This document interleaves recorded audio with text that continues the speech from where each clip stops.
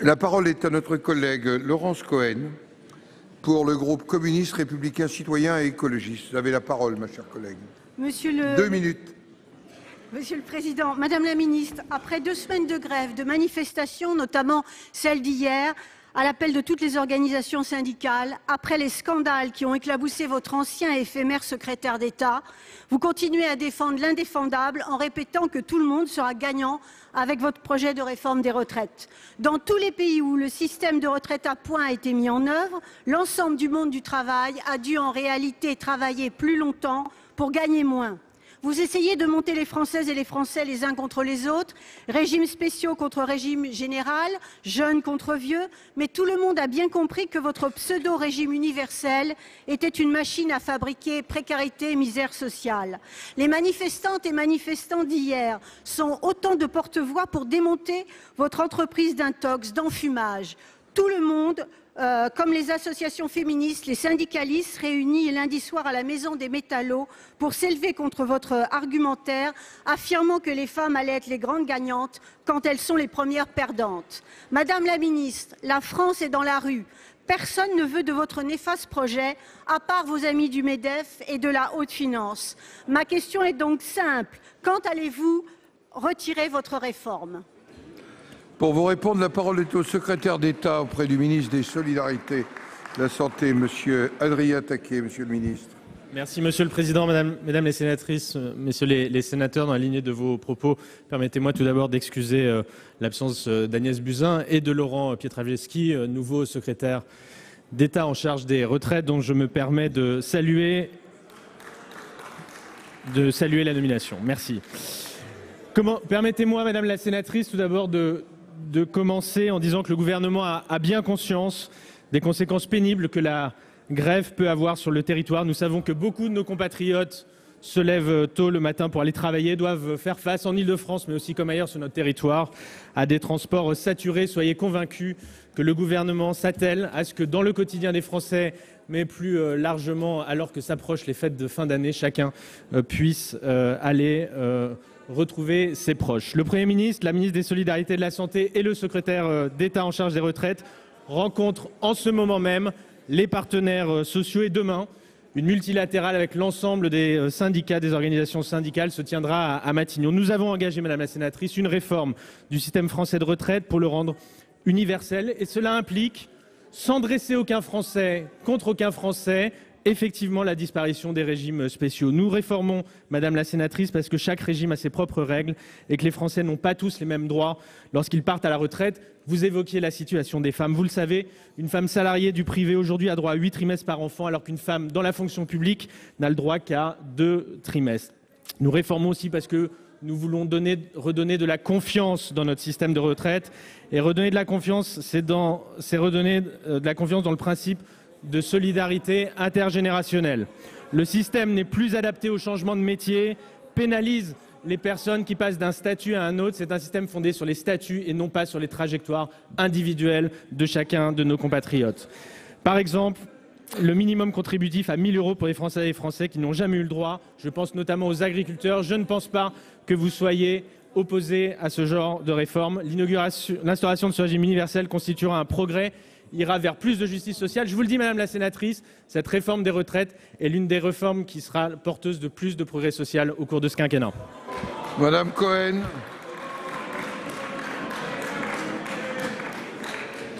La nomination du nouveau monsieur retraite qui a à son actif le licenciement d'une caissière d'Auchan pour quelques centimes d'euros est loin d'apaiser l'inquiétude et la colère dans le pays. Contrairement à ce que vous dites, les mobilisations sont largement soutenues par les Françaises et les Français qui ne veulent ni sacrifier leurs vieux jours, ni ceux de leurs enfants. Quant à vos arguments comptables, ils sont nuls et non avenus. Le pognon de dingue, il y en a. C'est l'explosion des revenus du capital qui ne participe pas au financement des retraites. Qu'attendez-vous pour le taxer? Qu'attendez-vous pour arrêter les exonérations de cotisations patronales à hauteur de 66 milliards d'euros? Qu'attendez-vous pour faire appliquer la loi à l'égalité salariale? 11 millions d'euros pour la CNAV. Qu'attendez-vous pour faire sauter le verrou des 14% du PIB pour la part des dépenses consacrées aux retraites? Vous êtes responsable de la situation du pays. Il faut retirer ce projet, c'est tout ce qu'il y a à faire. Ma question s'adressait à Monsieur le Premier ministre. La question est simple, précise. Comment un haut-commissaire haut fonctionnaire peut-il cumuler une rémunération supplémentaire avec le droit de la fonction publique? Quelles règles ont-elles été appliquées? Deuxième question, comment un haut-commissaire élevé au rang de membre du gouvernement peut continuer à violer la Constitution en étant qualifié d'erreur? Pour vous répondre, la parole est à ministre en charge des relations avec le Parlement, M. Fesneau. Merci, Monsieur le Président, Mesdames et Messieurs les sénateurs. Monsieur le sénateur Bachere, je vais essayer de vous répondre très simplement sur le process, en vous rappelant quand même que Jean-Paul Delevoye, compte tenu des erreurs qu'il avait commises et qu'il a reconnu lui-même, a décidé en début de semaine de démissionner de ses fonctions. La procédure, elle est très simple. Je vais essayer de répondre à Monsieur Bachere. La procédure, elle est très simple. Quand vous êtes nommé ministre, le secrétariat général du gouvernement vous donne un certain nombre de documents que vous contresignez d'ailleurs et qui vous rappellent les obligations qui sont les vôtres. Et c'est à vous ensuite de remplir ce document et de vous conformer aux obligations, en particulier, c'est ça dont vous parlez en particulier, l'article 23 de la Constitution qui indique précisément et clairement qu'on ne peut pas cumuler une activité et une rémunération de ministre avec une autre activité privée. Ensuite, il appartient à celui qui rentre au gouvernement de s'y conformer, de transmettre sa déclaration à la haute autorité, ce qui a été fait. La haute autorité a publié conformément à la loi le texte et aussitôt connu, rendu public, ça c'est un dialogue entre la haute autorité et le membre du gouvernement, aussitôt connu cette déclaration, le secrétariat du gouvernement, conformément aux réglementations et à la loi, a indiqué l'inconstitutionnalité manifeste compte tenu de la déclaration qui était fournie par M. Delevoye. Et donc, pour vous dire les choses très simplement, Jean-Paul Delevoye a reconnu ses erreurs. Chacun est dans son rôle. Le secrétariat du gouvernement, il est là pour informer les ministres, j'en sais quelque chose comme les collègues qui sont autour de moi, pour informer des obligations. Après, nous sommes dans un processus déclaratif. Et il appartient à la haute autorité de faire en sorte de vérifier la conformité des déclarations avec la réalité et de regarder s'il y a des sujets d'inconstitutionnalité. Monsieur le sénateur, j'ai été député. J'ai, comme vous sans doute, été confronté à la nécessité par la loi, et c'est une bonne chose, de faire une déclaration à la haute autorité. On m'a donné des documents auxquels il fallait me conformer. Chacun est dans son rôle et manifestement, il y a des erreurs qui ont été commises par M. Delevoye. Alors ne cherchons pas, il ne me serait pas venu à l'esprit de remettre en cause les services de l'Assemblée nationale si j'avais commis une erreur. Ça n'est donc pas le cas. Ne remettons pas en cause des services qui font bien leur travail. C'est manifestement une erreur et je le répète que Jean-Paul Delevoye a reconnu. Je vous remercie. Madame la ministre, en ce 14e jour de grève contre la réforme des retraites, les chambres de commerce et d'industrie commencent à publier leurs premières statistiques qui mesurent l'impact économique de ce mouvement social sur les commerces et les entreprises.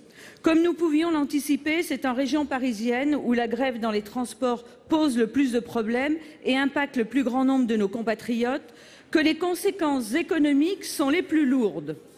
Les pertes d'activité déclarées par les professionnels sont conséquentes et elles auront dans les semaines et les mois à venir des conséquences sociales avec inévitablement son lot de cessation d'activité, de placement en chômage partiel, voire définitif. Alors que le mois de décembre et la fin de l'année représentent souvent une part conséquente du volume d'affaires de beaucoup de commerces parisiens, les chiffres de cette première moitié du mois sont inquiétants. Moins 80% pour les commerces situés dans les gares ou à proximité, 50% dans les magasins parisiens, 30% dans les hôtels avec une cascade d'annulations, 35% chez les traiteurs, 40% pour les cafés et 50% pour les restaurants. En moyenne, près de 2/3 des artisans ou commerçants franciliens se déclarent impactés. Alors, Madame la Ministre, que prévoyez-vous pour aider les entreprises qui vont se retrouver en difficulté, au-delà bien sûr du maintenant traditionnel étalement des impôts et cotisations sociales? Pour vous répondre, la parole est à Madame Agnès Pannier-Runacher, secrétaire d'État auprès du ministre de l'Économie et des Finances. Madame la Ministre. Merci Monsieur le Président, Mesdames et Messieurs les sénateurs, Madame la sénatrice Dubin. Comme vous le savez, depuis le 5 décembre, le ministère de l'Économie et des Finances et moi-même faisons le point tous les 2 jours, avec les fédérations, avec les chambres consulaires, pour prendre la mesure de l'impact des blocages que nous subissons en ce moment, essentiellement, comme vous l'avez dit, en Île-de-France, sur le commerce et l'artisanat.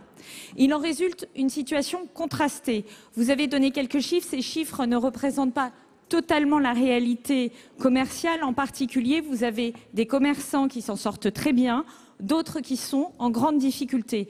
C'est pour cela que lorsque nous avons réuni mercredi dernier l'ensemble des fédérations physiquement, nous avons pris des décisions fortes. Ces décisions ne se limitent pas à repousser les échéances fiscales et sociales, dont je rappelle qu'elles ont permis d'apporter 300 millions d'euros de trésorerie de cotisations sociales et 100 millions d'euros de trésorerie d'imposition lors du mouvement des Gilets jaunes. Ce n'est pas l'épaisseur du trait et c'est d'ailleurs ce dispositif que les fédérations nous ont demandé. Nous finançons également du chômage partiel, nous facilitons le travail le dimanche et nous avons un dispositif d'accompagnement des entreprises les plus touchées au travers des CCSF qui va leur permettre de gérer leur trésorerie.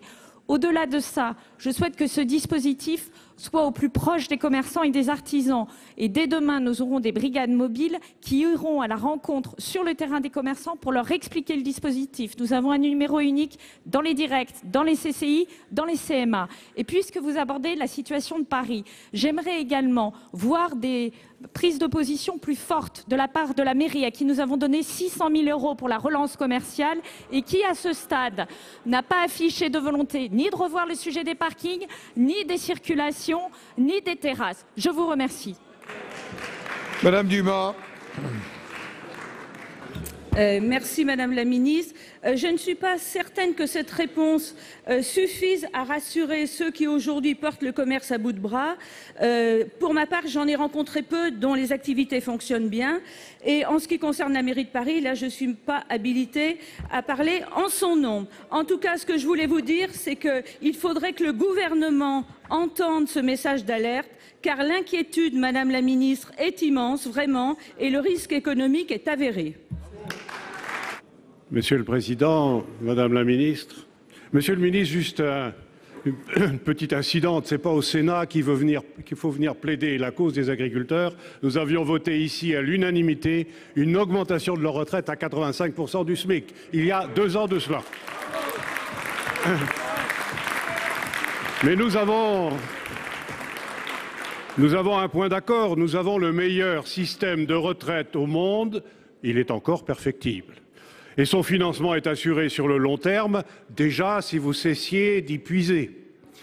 Vous avez résolu de casser le système plutôt que de l'améliorer, avec pour conséquence inquiétude, injustice et pauvreté, sans garantie réelle sur la valeur du point, sans précision sur les 12 milliards pour les enseignants, sans correctif pour les carrières erratiques des jeunes, des 900 000 chômeurs que vous allez fabriquer, les carrières interrompues, etc. Des pensions de reversion à 62 ans au lieu de 55, et j'en oublie. L'âge pivot, lui, sera lourd de conséquences quand la moyenne de vie en bonne santé est inférieure et 2 ans de galère de plus pour les 70% d'inactifs.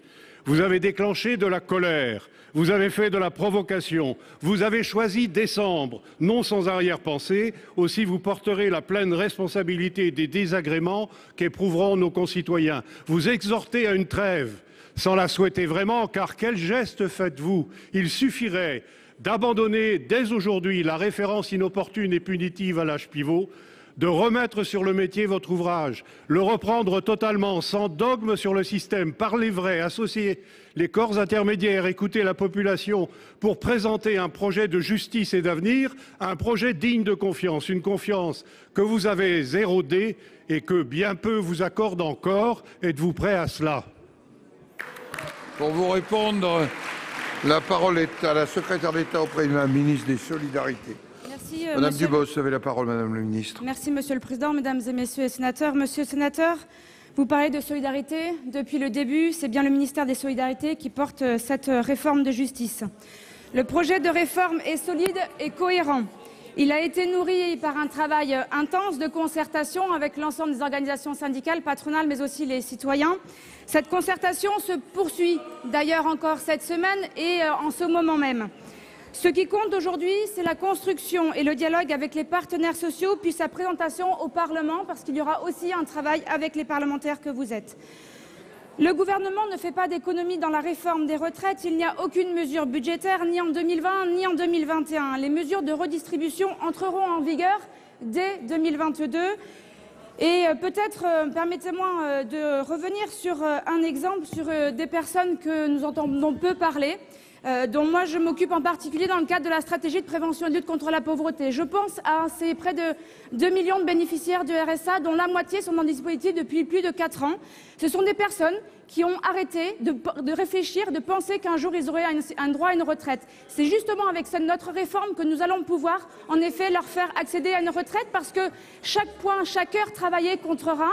Et quand vous êtes en insertion professionnelle, que vous reprenez un travail, que vous êtes dans l'insertion par l'activité économique, vous êtes sur un temps partiel, chaque temps travaillé cotisera sur un accès droit à la retraite au plus tard. Donc ce sont ces personnes avec qui nous travaillons. Nous travaillons aussi pour une réforme, quand on dit de justice et de social, et je pense que, monsieur le sénateur, vous en conviendrez, quand une maman seule qui a eu 2 enfants, qui a élevé ses enfants, qui a eu une carrière hachée, qui s'est arrêtée pour ses congés maternité, qui actuellement, quand elle va arriver à 60 ans, se pose la question et qu'il faudra qu'elle se rende compte qu'il faut qu'elle travaille jusqu'à 67 ans, parce que c'est votre système que vous avez mis en place avec le système de décote jusqu'à 67 ans. Ce sont ces publics-là que nous prenons en compte dans la réforme. Je vous remercie. Monsieur le Président, Mesdames, Messieurs les ministres, mes chers collègues, ma question s'adressait à Elisabeth Borne, ministre de la Transition écologique et solidaire. Madame la ministre, je sais qu'elle n'est pas là, mais Madame la ministre, hier, le mouvement de grève a franchi un cap. En effet, la CGT de la RTE a revendiqué des coupures d'électricité à travers toute la France et a menacé de récidiver durant les fêtes. C'est inacceptable et nous le condamnons vivement. Ce sont près de 170 000 foyers, des quartiers entiers qui ont été impactés dans toute la France. 40 000 à Lyon, 40 000 à Orléans, à Nantes et près de 50 000 dans mon département de la Gironde. Au-delà des particuliers, ce sont aussi des services publics indispensables qui ont parfois été bloqués, des crèches, des hôpitaux ou des services administratifs. Je pense aussi aux commerçants qui subissent là une double peine après avoir subi les grèves des Gilets jaunes. Madame la ministre, outre la gêne occasionnée, ces coupures sont manifestement illégales. La direction de RTE a annoncé que des plaintes avaient été déposées et que des sanctions disciplinaires seraient mises en œuvre. Pour autant, ce syndicat semble indiquer qu'il n'hésiterait pas à reconduire ce type d'action en agitant la menace de coupures plus importantes. Madame la ministre, mes questions sont donc très simples. Quelles actions le gouvernement compte-t-il prendre afin que ces actes ne soient pas simplement condamnés, mais également empêchés? Quel discours de responsabilité adressez-vous aux soi-disant défenseurs de ce service public? Je vous remercie. Pour vous répondre, la parole est à Madame Emmanuelle Wargon, secrétaire d'État auprès de la ministre de la Transition écologique. Madame la ministre. Merci, Monsieur le Président, Mesdames, Messieurs les sénateurs. Monsieur le sénateur Alain Cazabonne. Plusieurs coupures d'électricité ont effectivement été signalées du fait d'agissements volontaires de la part de personnes cagoulées qui se sont introduites dans des postes électriques. Ces coupures ont eu lieu essentiellement à Nantes, à Nice, à Bordeaux et en Gironde, comme vous l'avez dit, à Lyon et à Orléans. Plusieurs dizaines de milliers de personnes qui ont subi ces coupures et de nombreux établissements, 5 cliniques, une caserne de pompiers à Lyon, mais aussi des dégâts dans des entreprises locales. Je pense à Béziers, par exemple, avec même une intoxication d'employés liée à la coupure électrique d'un four industriel. Et à Perpignan, une mise hors de service du réseau des feux tricolores, ce qui évidemment met en danger la population. Si la plupart des installations et des habitations ne sont coupées que quelques secondes, grâce à la redondance de notre réseau, plusieurs milliers de personnes ont quand même subi des coupures pour une période plus longue, de plusieurs minutes à plusieurs heures. Les conséquences de ces actes pourraient être dramatiques et ce n'est pas admissible. Je condamne donc avec la plus grande fermeté les coupures d'électricité volontaires survenues ces dernières heures sur le réseau électrique. Si je respecte, comme bien sûr tout le gouvernement, le droit de grève constitutionnellement garanti, ce droit de grève ne peut pas être une excuse à de telles actions. Ces actes sont heureusement le fait d'une petite minorité, qui ne sont pas toujours des salariés des opérateurs eux-mêmes, et que je ne confonds pas avec l'immense majorité des agents du service public qui sont attachés à leur mission. Ces agissements ne peuvent pas rester sans suite et appellent la plus grande sévérité. La ministre Elisabeth Borne a d'ailleurs demandé à Enedis et à RTE que chaque acte fasse ainsi l'objet systématiquement d'une plainte et des procédures disciplinaires nécessaires. Mesdames et Messieurs les ministres, mes chers collègues, Nous sommes au bord du drame, l'hôpital public se meurt. C'est ainsi que débute la tribune publiée il y a quelques jours par 660 médecins hospitaliers qui, s'adressant au gouvernement, affirment envisager de démissionner s'ils ne sont pas écoutés. À Marseille, le service de réanimation pédiatrique fait face à une épidémie avec 20% de ses lits fermés, 12 infirmières y sont manquantes. Des assignations sont adressées aux internes pour tenter de maintenir tant bien que mal la permanence des soins. Au CHU de Toulouse, 243 signalements révélant de graves dysfonctionnements ont été recensés en une année. L'établissement est au bord de l'implosion. À l'AP-HP, il y avait 400 postes d'infirmières vacantes en septembre. Il y en a 692 cette semaine. Dans de nombreux territoires, la situation se répète. Elle inquiète nos concitoyens et elle nous inquiète sur tous ces bancs. Madame la ministre, la situation continue de s'aggraver malgré vos annonces successives. Quand comptez-vous apporter des réponses à la hauteur de la grave crise, celle d'un affaissement que vit l'hôpital public dans nos territoires? Pour vous répondre, la parole est à la secrétaire d'État auprès de la ministre de la Santé. Madame la ministre. Merci Monsieur le Président, Mesdames et Messieurs les sénateurs. Monsieur le sénateur Joumier, votre constat, la ministre l'a partagé dès ses premiers instants quand elle est arrivée au niveau du ministère, puisqu'elle a travaillé de nombreuses années dans les hôpitaux et elle a vécu au quotidien, en effet, cette dégradation qui a trop été longtemps et trop longue pour les hôpitaux. Et c'est pour ça qu'elle a mis en place l'ensemble de ses différents plans de Ma Santé 2022, justement pour pouvoir articuler le soin de ville et le soin hospitalier, pour pouvoir aussi travailler sur l'aval, la sortie en hôpital et les lits dont ils peuvent avoir besoin derrière. Mais le constat qui a été fait aussi est d'entendre les inquiétudes des professionnels et des soignants et également des élus, mais aussi des patients. L'effort de soutien à l'hôpital et notamment à l'hôpital public est réel et massif. Nous donnons au personnel de l'hôpital, aux soignants, aux médecins, aux paramédicaux des moyens et des primes qui reconnaissent leur engagement et qui prennent en permanence le soin et qui prennent le travail au quotidien. Et nous reconnaissons ce travail-là par cette reconnaissance avec cette revalorisation. Nous donnons à chaque hôpital de nouvelles marges de manœuvre financières. Ce sont 1,5 milliard d'euros de budget supplémentaire sur 3 ans pour recruter, moderniser, ouvrir des lits là où il en faut, là où il y en a besoin. Grâce à cet argent, les hôpitaux vont reconstituer leur capacité à investir et nous allons les soulager également financièrement d'un tiers de leurs dettes, soit 10 milliards d'euros. Enfin, nous sommes engagés à ce que les tarifs des hôpitaux, c'est-à-dire les prix que facturent les hôpitaux à l'assurance maladie, leurs tarifs, augmenteront pendant 3 ans après quasiment une baisse cette dernière décennie. Nous répondons également à l'attractivité sur les métiers avec plusieurs primes, parce que là où il y a des postes qui sont ouverts, il faut aussi pouvoir attirer les professionnels sur ces métiers-là. Et donc c'est ce que nous faisons avec plusieurs primes, et aussi la simplification et les assouplissements. Je vais vous donner un exemple concret. Un infirmier dans un service d'urgence et pratiquant de nouveaux actes gagnera plus de 150 € net par mois dans le cadre d'un protocole de coopération. Pour conclure. Je vous remercie. Monsieur Jomier. Madame la ministre, toutes les mesures que vous avez présentées, toutes les annonces, ne produisent pas les effets que vous escomptez. Acceptez ce constat. Vous voyez que les professionnels de santé continuent à fuir l'hôpital public. Moi, je vous appelle, Madame la ministre, à entamer une large concertation. On appellera ça des états généraux ou un Grenelle de la santé, mais il faut collectivement rediscuter les missions de l'hôpital public, ce que notre société, notre pays attend de son hôpital, et pas toujours lui confier de nouvelles missions sans lui en donner les moyens. Les organisations et les financements sont à revoir. Et malheureusement, on avait vu, quand le chef de l'État lançait le grand débat national, qu'il avait oublié la santé. Les Français lui ont répondu en la mettant au premier rang des préoccupations. Il faut entamer enfin ce grand projet, débattre ensemble de la place de l'hôpital public et des moyens qu'on lui consacre. Merci, mon cher collègue. Merci, Monsieur le Président. Madame la Ministre, mes chers collègues, quelle déception! 4 ans après l'accord historique de Paris, qui avait suscité tant d'espoir et d'enthousiasme, la COP25 s'achève sur des décisions insignifiantes. Échec à relever l'ambition, à réglementer les marchés carbone, fiasco annoncé du mécanisme des pertes et préjudices envers les pays en voie de développement. Aujourd'hui, l'inaction des États est pointée du doigt et creuse le fossé démocratique entre les dirigeants et les aspirations citoyennes.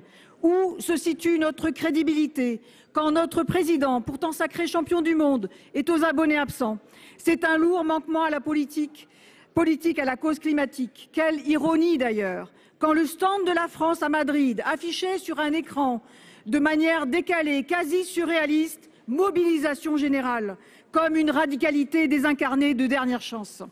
Les générations futures sont dans la rue et nous interpellent face à une promesse d'avenir qui s'efface. Fonte du pergélisol, progression des déserts, canicule à répétition, baisse drastique de la biodiversité. Les objectifs dérapent sur l'impossibilité d'intégrer dans notre société la réalité du changement climatique. Pourtant, sur cet échec, vous arguez déjà la COP26, le rôle de la France dans le Green Deal européen ou encore la Convention à venir sur la biodiversité. Ce sont des mots. Regardons vos actes. La LOM n'a pas offert de véritable mobilité verte, ne permet pas de lutter contre la pollution de l'air et reporte l'interdiction des moteurs thermiques à 2040. Egalim n'a pas gravé dans la loi l'interdiction du glyphosate. L'interdiction des emballages plastiques à usage unique n'interviendra qu'en 2040 à nouveau. Le mot urgence a-t-il pour vous un sens? Notre modèle de consommation est dépassé, nous l'avons épuisé. Nous allons de reculade en reculade et le temps des grands-messes inopérantes devrait être derrière nous. Quand assumerez-vous le rôle qui est le vôtre? Pour vous répondre, la parole est à la secrétaire d'État auprès de la ministre de la Transition écologique et solidaire. Madame la ministre. Monsieur le Président, Mesdames, Messieurs les sénateurs, Madame la sénatrice Angèle Préville. Oui, alors que l'urgence climatique est là, alors que les citoyens se mobilisent partout dans le monde, l'ambition a manqué à cette COP25 et la France le regrette vivement. Je voudrais remercier la présidence chilienne de cette COP et l'Espagne, pays d'accueil, qui n'ont pas ménagé leurs efforts pour que cette rencontre internationale sur le climat puisse produire des effets. Et durant 2 semaines, la France s'est mobilisée comme peu de pays l'ont fait, avec l'Union européenne, avec nos partenaires, pour ne pas accepter le recul des engagements de l'accord de Paris et pour appeler à l'action en vue de la COP26 à Glasgow. Je rappelle que le Premier ministre s'est rendu avec Brune Poirson à l'ouverture de cette COP et qu'Elisabeth Borne s'y est également rendue dans le segment ministériel pour les négociations sur l'accord de clôture. Le résultat est certes décevant, j'en conviens. Cette COP a néanmoins permis d'acter certaines avancées utiles à la mise en œuvre de l'accord de Paris. Je pense par exemple à la création d'un groupe de travail sur l'accompagnement des pays vulnérables dès 2020, à la mobilisation du réseau de Santiago pour faciliter les collaborations face aux risques naturels ou à la création d'un nouveau fonds fiduciaire consacré à la biodiversité. Nous devons continuer à travailler, notamment avec nos partenaires de l'Union européenne, pour adopter le plus rapidement possible un objectif rehaussé de réduction de nos émissions d'ici à 2030, qui est l'un des enjeux de la prochaine COP. Je rappelle qu'à la COP25, comme à toutes les COP d'ailleurs, c'est l'Union européenne qui négocie en notre nom à tous. L'accord qui vient d'être obtenu en Europe pour que l'Union européenne devienne le premier continent neutre en carbone à l'horizon 2050 et pour rehausser nos objectifs et nos ambitions en 2030 est un accord historique et nous met sur le bon chemin.